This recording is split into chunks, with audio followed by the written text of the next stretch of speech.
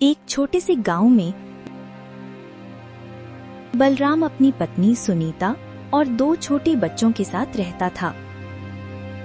बलराम मेहनत मजदूरी करके अपना गुजारा करता था। उसे मजदूरी बहुत कम मिलती थी और महंगाई बहुत ज्यादा थी, इसलिए उसके घर पर दिन में एक ही बार खाना बनता था। वो कभी कभी सूखी रोटी खाकर ही अपना गुजारा करता था।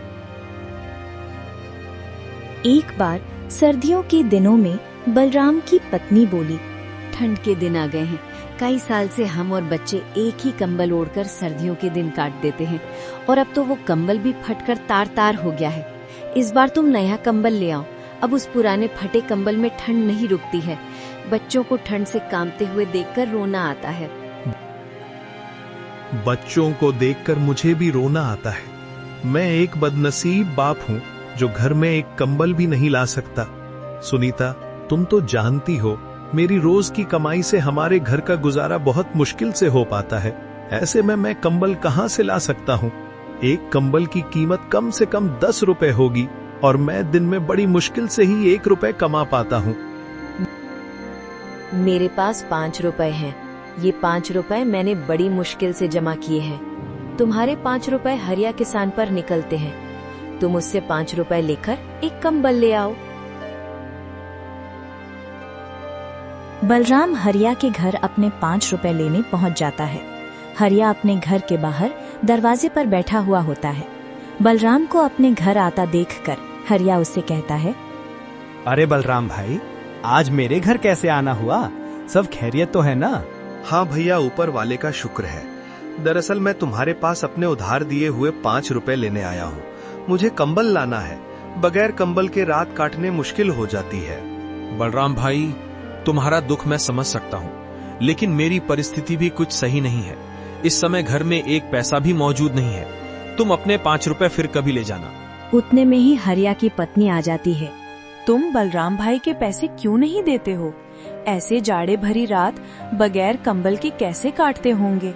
बलराम भाई, मेरे पास ये 3 रुपए हैं, तुम इन्हें ले लो। बचे हुए 2 रुपए हम तुम्हें बाद में दे देंगे। बलराम 8 रुपए लेकर बनिया की दुकान पर कंबल लेने जाता है। बनिया बलराम को बहुत सारे कंबल दिखाता है, लेकिन कोई भी कंबल 10 रुपए से कम नहीं होता।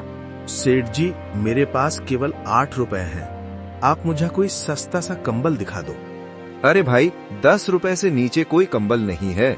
सेठ जी, तुम मुझे ये 10 रुपए वाला कंबल दे दो, मैं तुम्हें 2 रुपए 2-4 दिन में दे दूंगा। हम ऐसे कंगालों को उधार नहीं देते। कौन पीछे पीछे फिरे? जाओ अपनी राह लो। 1 घंटा खराब करवा दिया। जेब में 8 रुपए लिए हैं और कंबल लेने चला है 10 रुपए वाला। बेचारा बलराम सेठ की बात सुनकर निराश होकर घर की ओर निकल जाता है। रास्ते में वो सोचने लगता, कितनी हैरानी की बात है। मैं सारे दिन काम करता हूँ, उस पर भी घर में कोई आराम का साधन नहीं है। गर्मियों में गर्मी से परेशान रहते हैं और जाड़े में ठंड से परेशान रहते हैं, और ना ही कभी पेट भर खाना मिल पाता है। ऐसी जिंदगी जीने से क्या फायदा जब मैं अपने बच्चों को सुख नहीं दे सकता। बेचारी सुनीता ने घर से चलते समय कहा था कि कंबल जरूर लेकर आना। अब मैं क्या जवाब दूंगा उसको? बेचारी मेरी वजह से कितनी परेशानियों का सामना कर रही है। अब मैं क्या करूं, कहां जाऊं? तभी बलराम को ठंड से कांपता हुआ एक बूढ़ा आदमी दिखाई देता है, जो किसी गहरी सोच में डूबा हुआ आसमान की तरफ देख रहा था। उस बूढ़े आदमी को देखकर ऐसा मालूम हो रहा था जैसे वो बहुत बड़ी मुसीबत में है, लेकिन बलराम उसे देखकर आगे बढ़ जाता है। थोड़ी दूर जाने के बाद बलराम सोचने लगता है, मैं कितना निर्दयी हूँ। बेचारे उस बुजुर्ग आदमी को ठंड में सिकुड़ते हुए छोड़ाया। कहीं वो बूढ़ा आदमी ठंड से मर ना जाए। पता नहीं उसने कुछ खाया होगा भी या नहीं। कितना बुरा होगा अगर मैं उसे इस हालत में छोड़कर चला गया। मुझे उसकी मदद करनी चाहिए। फिर बलराम वापस उस बूढ़े आदमी के पास गया। उस आदमी को ठंड से कांपता हुआ देखकर बलराम को उस पर तरस आ गया। फिर वो उस आदमी से बोला, बाबा, आप इतनी ठंड में यहाँ क्यों बैठे हैं? क्या आपको कोई मदद चाहिए? बेटा, मदद तो मुझे चाहिए। लेकिन तुम मेरी क्या मदद करोगे? तुम्हारे कपड़े तो खुद तुम्हारी कहानी बता रहे हैं। बाबा, मेरे बस का हुआ तो मैं आपकी मदद जरूर करूंगा। ज्यादा ना सही तो थोड़ी बहुत तो कर ही दूंगा। बेटा, मैंने एक सूदखोर से ब्याज पर 7 रुपए लिए थे, लेकिन मैं समय पर उसके पैसे नहीं दे पाया, इसलिए उसने मुझसे मेरा घर छीन लिया और मुझे बेघर कर दिया। मेरे पास इतने पैसे नहीं हैं कि मैं उस सूदखोर के पैसे देकर अपना घर वापस ले सकूं। न ही मुझसे अब कोई काम होता है जो उसके पैसे कमा कर दे सकूं। बाबा, आपके बच्चे नहीं हैं? बेटा, मेरे 2 लड़के हैं। मैंने उन्हें दिन रात मजदूरी करके पढ़ाया था। जब उनकी नौकरी लग गई तो वो मुझे छोड़कर शहर चले गए। वहां जाकर उन्होंने अपना घर बसा लिया और मुझे भूल गए। एक दिन आए थे दोनों भाई मुझसे मिलने, नहीं बल्कि मेरी जमीन बेचने। बड़ा बेटा कह रहा था कि पिताजी, मुझे शहर में बिजनेस शुरू करना है, इसलिए मुझे पैसों की बहुत जरूरत पड़ रही है। और छोटे बेटे को भी एक फैक्ट्री खोलनी थी, इसलिए दोनों भाइयों ने मेरी सारी जमीन बेचकर आधे आधे पैसे लेकर शहर चले गए और फिर कभी वापस नहीं आए। ये कहते कहते वो बूढ़ा आदमी रोने लगा। बलराम ने किसी तरह उन्हें चुप कराया। बाबा, मेरी पत्नी मेरा इंतजार कर रही होगी। मैंने आज उससे वादा किया था कि आज मैं कंबल लेकर आऊंगा, लेकिन मैं उसके लिए कंबल तो ना ला सका। इसलिए अब तुम एक काम करो, ये पैसे तुम ले लो। इन पैसों की मुझसे ज्यादा तुम्हें जरूरत है। हमारे पास कंबल ना सही, घर तो है, तुम्हारे पास तो वो भी नहीं है। अगर तुम और ज्यादा देर घर से बाहर रहे तो तुम्हारी हालत बिगड़ सकती है। इसलिए ये पैसे तुम उस सूदखोर को दे देना और उससे अपना घर वापस ले लेना। फिर वो आदमी बलराम से 7 रुपए ले लेता है और बलराम से कहता है, बेटा, तुम सच में बहुत नेक और अच्छे इंसान हो। आज जब तुम खुद अपनी परेशानियों में डूबे हुए थे, तब भी तुमने बिना किसी स्वार्थ के मेरी मदद की। ये वो गुण है जो किसी सच्चे इंसान में होता है। ईश्वर तुमसे हमेशा खुश रहे। तुम्हें इसका कोई अच्छा फल जरूर मिलेगा। मैं दुआ करता हूं कि तुम्हारी जिंदगी में कभी कोई कमी ना आए और तुम्हें हर खुशी मिले। ईश्वर हर पिता को ऐसी नेक और समझदार औलाद दे जो किसी के काम आ सके।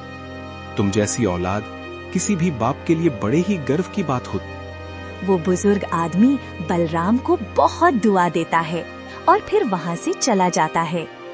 बलराम को उस बुजुर्ग आदमी की मदद करके आज बहुत खुशी मिल रही थी, लेकिन दूसरी ओर उसे दुख भी था, क्योंकि वो अपनी पत्नी के लिए कंबल नहीं ला सका। लेकिन उसे इस बात की तसल्ली भी थी कि उसने खुद की गरीबी के बावजूद एक नेकी का काम किया है। ये सोचते सोचते बलराम भी अपने घर चला जाता है। जैसे ही उसकी पत्नी बलराम को देखती है तो वो उससे कहती है, मैं कब से तुम्हारा इंतजार कर रही थी। तुम्हारी राह देखते देखते मेरी आंखें दुख गई। दिल में अजीब अजीब ख्यालात आ रहे थे कि कहीं कोई अनहोनी न हो गई हो। सुनीता, तुम भी जरा जरा सी बातों की चिंता करने लगती हो। अरे, जब आदमी घर से बाहर होता है तो समय लग ही जाता है। मैं हरिया के पास गया था पैसे लेने, लेकिन उसने पैसे देने से इनकार कर दिया। पर उसकी पत्नी ने हमारी मजबूरी देखकर 3 रुपए दे दिए थे। क्या बस 3 रुपए ही दिए हैं? तुम पूरे 5 रुपए लेकर क्यों नहीं आए? जब उधार लेने आया था तब तो बड़ा भला बन रहा था वो, और जब पैसे लौटाने का वक्त आया तो आनाकानी कर रहा है। तुम 10 बार उसके घर पैसे लेने चले गए, तब जाकर उसने तुम्हें 3 रुपए दिए हैं। अब ना जाने 2 रुपए कब देगा। और कंबल का क्या हुआ? सुनीता, मैं कंबल लेने गया था, लेकिन कोई भी कंबल 10 रुपए से कम नहीं था। मैंने बनिए से 2 रुपए उधार करने के लिए भी कहा, लेकिन उसने उधार देने से साफ इनकार कर दिया। आज के जमाने में कोई किसी को बिना कुछ फायदे के कोई चीज नहीं देता। अगर तुम उससे ब्याज पर 2 रुपए की उधारी करते तो वो तुरंत दे देता, लेकिन तुमने सही किया जो कंबल नहीं लाए। 2 रुपए की तो बात है, 10-5 दिन में इकट्ठे हो जाएंगे। लाओ 8 रुपए, मैं उन्हें संभाल कर रख देती हूँ। जब कंबल लाओगे तो दे दूंगी। सुनीता, उन 8 रुपए में से 7 रुपए मैंने एक बुजुर्ग आदमी को दे दिए। उसे पैसों की बहुत जरूरत थी, वो ठंड से कांप रहा था। अगर मैं उसकी मदद नहीं करता तो शायद वो जिंदा न रह पाता। फिर बलराम ने विस्तार से सारी बात सुनीता को बताई। बलराम की बात सुनकर सुनीता बोली, तुमने बहुत अच्छा किया जो 7 रुपए उस बुजुर्ग आदमी को दे आए, लेकिन तुम्हें पता होना चाहिए कि जो दिया घर की रोशनी के लिए होता है, उसे मंदिर में ले जाकर नहीं जलाया जाता। अब इस जाड़े भरी रात में हम अपने बच्चों को क्या उड़ाएंगे? भला इस गांव में कौन ऐसा आदमी है जो तुम्हारी 1 रुपए की भी मदद कर दे? तुम बिल्कुल सही कहती हो सुनीता, मैं तुम्हारी बात से पूरी तरह से सहमत हूँ। लेकिन वो बेचारा बुजुर्ग आदमी हमसे ज्यादा मुसीबत का मारा था। तुम चिंता ना करो, ईश्वर ने चाहा तो हमारे कंबल का भी कहीं ना कहीं से इंतजाम हो ही जाएगा। चलो तुम मेरे लिए खाना लगा दो, बहुत जोरों की भूख लगी है। आज तो घर का आटा भी खत्म हो गया है। 3 रोटी का आटा बचा हुआ था, 2 रोटी बच्चों ने खा ली और 1 रोटी मैंने आपके लिए रख दी। और तुमने क्या खाया सुनीता, या तुम भूखी ही हो? मैंने भी बच्चों के साथ 1-2 निवाले खा लिए थे। फिर सुनीता बलराम के लिए खाना लगा देती है। जैसे ही बलराम खाना खाने बैठता है, उतने में ही कोई घर का दरवाजा खटखटाता है। सुनीता घर के बाहर जाकर देखती है तो एक बूढ़ी औरत खड़ी थी। वो सुनीता से कहती है, बेटी मुझ पर दया करो, मैंने कल से कुछ नहीं खाया है, इसलिए मेरी हालत बहुत खराब हो गई है और मेरे पास खाने के लिए कुछ भी नहीं है। कृपया मुझे कुछ खाने को दे दो, ईश्वर तुम्हारा भला करेगा। बहुत लोगों के घर के दरवाजे खटखटाए, लेकिन किसी ने ठंड की वजह से दरवाजा नहीं खोला। माँ जी, इस वक्त तो हमारे घर में कुछ भी नहीं है जिसे मैं तुम्हें खाने को दे सकूं, और ना ही राशन है जो मैं तुम्हें बनाकर कुछ दे दूं। सुनीता की बात सुनकर बुजुर्ग महिला की उम्मीद टूट जाती है। उतने में ही बलराम आ जाता है। वो बुजुर्ग महिला से कहता है, माताजी आप अंदर आ जाइए, ज्यादा देर घर के बाहर रहना सही नहीं है, ठंड बहुत ज्यादा पड़ रही है, आप बीमार हो सकती हो। बलराम उस बुजुर्ग औरत को घर के अंदर ले आता है और फिर सुनीता से कहता है, सुनीता, मेरे लिए तुमने जो एक रोटी बचाकर रखी थी, वो रोटी माताजी को दे दो। लेकिन स्वामी, आप क्या खाओगे? आपने भी तो सुबह से कुछ नहीं खाया है। सुनीता, उस रोटी की जरूरत मुझसे ज्यादा माताजी को है, क्योंकि ये मुझसे ज्यादा भूखी है, इसलिए ये रोटी माताजी को दे दो। फिर सुनीता ने वो रोटी बुजुर्ग औरत को दे दी। बूढ़ी औरत बहुत भूखी थी, इसलिए उसने वो रोटी तुरंत खा ली। आप लोगों ने इस बुरे वक्त में मेरी सहायता की है, मैं तुम्हारा ये एहसान जीवन भर नहीं भूलूंगी। वो बूढ़ी औरत बलराम और सुनीता को दुआएं देते हुए चली जाती है। अगली सुबह सुनीता बलराम से बोली, तुमने भी रात को कुछ नहीं खाया और बच्चे भी थोड़ा बहुत खाकर ही सो गए थे। तुम एक काम करो, तुम्हारे पास जो बचा हुआ 1 है उसे घर का राशन ले आओ। पत्नी के कहने पर बलराम घर का राशन लेने के लिए बाजार की ओर रवाना हो जाता है। रास्ते में उसे एक बूढ़े आदमी के रोने की आवाज आती है। वो बूढ़ा आदमी अपने बेटे से कह रहा था, बेटा तू मेरी क्यों नहीं सुनता? मैं कितने दिन से कह रहा हूँ कि मेरी बीमारी बढ़ती ही जा रही है, तू मुझे किसी हकीम के पास ले चल। पिताजी, मैं आपके इलाज के लिए पैसे कहाँ से लेकर आऊं? आप तो जानते ही हो मेरे पास एक भी पैसा नहीं है, फिर भी आप बार बार कह के मुझे शर्मिंदा क्यों करते हो? फिर बलराम उस बूढ़े आदमी के पास जाकर उसके रोने की वजह पूछता है, तो बूढ़ा आदमी उससे कहता है, मैंने अपने इस बेटे को पालने के लिए दिन रात एक कर दी। बड़ी मेहनत मशक्कत से मैंने इसे पाला है। जब ये 1 साल का था तभी इसकी माँ ईश्वर को प्यारी हो गई थी। मैं चाहता तो दूसरा विवाह कर लेता, लेकिन मैंने इसकी वजह से नहीं किया कि कहीं दूसरी पत्नी इसे परेशान न करे और इसकी जिंदगी खराब न हो जाए। और आज जब मैं बूढ़ा हो चुका हूँ तो ये मुझे किसी हकीम के पास नहीं ले जाता जिससे मैं अपनी बीमारी का इलाज करवा सकूं। फिर बूढ़े आदमी का बेटा बलराम से कहता है, मैं इस बात से सहमत हूँ कि इन्होंने बड़ी ही तकलीफों से मुझे पाला है और पाल पोस कर जवान किया है, लेकिन मैं मजबूर हूँ। मेरे पास इतने पैसे नहीं हैं कि मैं इनको किसी हकीम के पास ले जा सकूं। बलराम दोनों बाप बेटे की बात सुनकर परेशान हो गया और फिर उसने अपना 1 रुपया, जिससे वो घर का राशन लेने जा रहा था, बूढ़े आदमी के बेटे को दे देता है। इस 1 रुपए की मुझे भी बहुत आवश्यकता है, क्योंकि मेरे बच्चे बहुत भूखे हैं और इस 1 रुपए से मैं घर का राशन लेने जा रहा था, जिससे मैं अपने परिवार का पेट भर सकूं। लेकिन अगर तुम्हारे पिताजी को समय से इलाज नहीं मिला तो इनकी जिंदगी को खतरा है। इस 1 रुपए से तुम अपने पिताजी का इलाज करवा लो। उस नौजवान को बलराम के इस नेक काम पर विश्वास ही नहीं हो रहा था कि उसने अपनी खुद की मजबूरी होते हुए भी हमारी मदद की है। उसने चाहा कि वो बलराम के कदमों में गिर पड़े, लेकिन बलराम ने उसे ऐसा करने से रोक दिया और कहने लगा, मेरे भाई, अपने पिताजी का इलाज सही से करवाओ और अब हमेशा इनका ख्याल रखना। इसके बाद वो दोनों बाप बेटे बलराम को दुआ देते हुए चले जाते हैं। उनके जाने के बाद बलराम तरह तरह के ख्यालों में खो जाता है। वो बेचारा बहुत ही हैरान और परेशान था, इसलिए वो सोचने लगता है, घर जाकर सुनीता को क्या जवाब दूंगा? बच्चे भूखे हैं, मेरा इंतजार कर रहे होंगे कि पिताजी राशन लेकर आते ही होंगे। मैं अब उनके सामने किस मुंह से जाऊं? अगर उस नौजवान की मदद नहीं करता तो उसका बूढ़ा बाप बीमारी की वजह से चल बसता। अब मैं किसी को परेशान भी तो नहीं देख सकता हूँ, लेकिन इस दुनिया में बहुत से लोग परेशान हैं, तो क्या मैं सभी की मदद करता रहूंगा? क्या खुद की परेशानी से बड़ी कोई परेशानी हो सकती है? बलराम के दिमाग में अनगिनत ख्यालात आ रहे थे। कुछ देर के बाद वो अपने घर की तरफ चल पड़ा। उसकी पत्नी के चेहरे पर खुशी साफ झलक रही थी, लेकिन जब उसने पति के चेहरे पर मायूसी और हाथ खाली देखे तो सुनीता की खुशी पल भर में गायब हो गई। सुनीता बलराम से कहने लगी, क्या हुआ जी? तुम तो घर का राशन लेने गए थे, फिर खाली हाथ वापस क्यों लौट आए? सुनीता, एक आदमी को इलाज की सख्त जरूरत थी, लेकिन उसके पास पैसे नहीं थे जिससे वो अपना इलाज करवा सके। मुझसे उसका दर्द देखा नहीं गया, इसलिए मैंने वो 1 रुपया उस आदमी को दे दिया।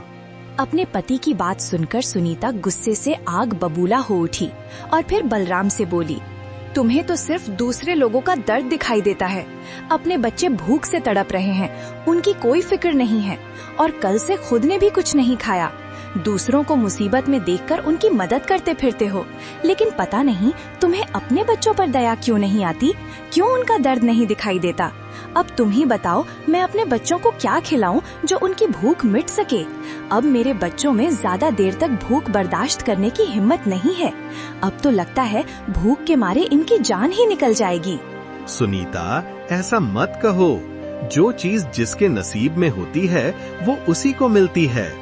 वो बेचारा बूढ़ा आदमी बहुत मजबूर और लाचार था। अगर तुम भी उस बूढ़े आदमी की फरियाद सुनती तो तुम भी वही करती जो मैंने किया। सुनीता, तुम विश्वास रखो, ईश्वर हमारे लिए भी कोई रास्ता जरूर निकालेगा। बलराम की बात सुनकर सुनीता का गुस्सा शांत हो गया। फिर वो बलराम से बोली, तुम एक काम करो, मेरी ये सोने की अंगूठी साहूकार के पास गिरवी रखकर कुछ पैसे ले आओ। जब हमारे पास पैसे हो जाएंगे तो हम साहूकार से अंगूठी वापस ले लेंगे। फिर बलराम ने अपनी पत्नी से अंगूठी ले ली।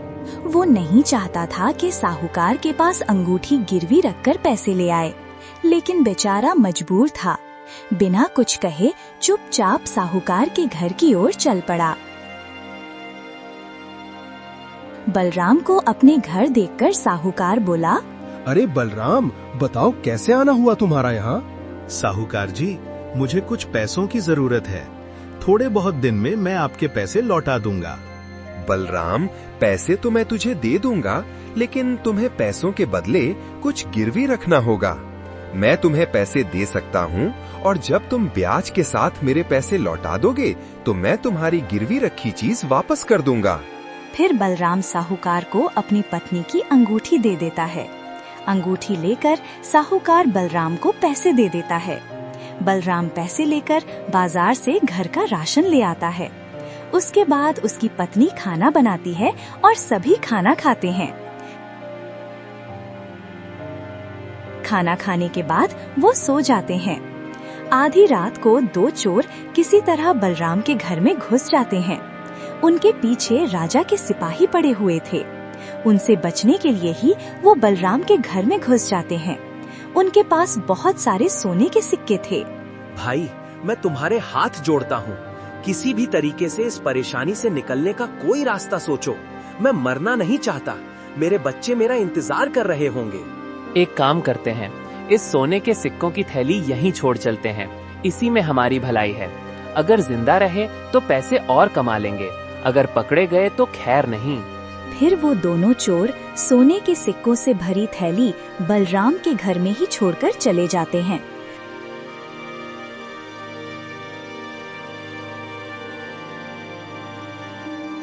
सुबह जब बलराम और उसकी पत्नी सोकर उठते हैं तो देखते हैं कि एक थैली रखी है।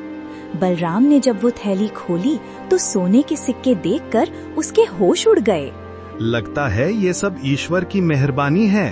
उन्होंने ही हमारी परेशानी देखकर ये सिक्के हमारे घर में रखे हैं। सुनीता, मैं ना कहता था कि एक दिन ईश्वर हमारी परेशानी जरूर दूर करेंगे। उन सोने के सिक्कों को पाकर बलराम कुछ ही दिनों में बहुत मालदार हो जाता है।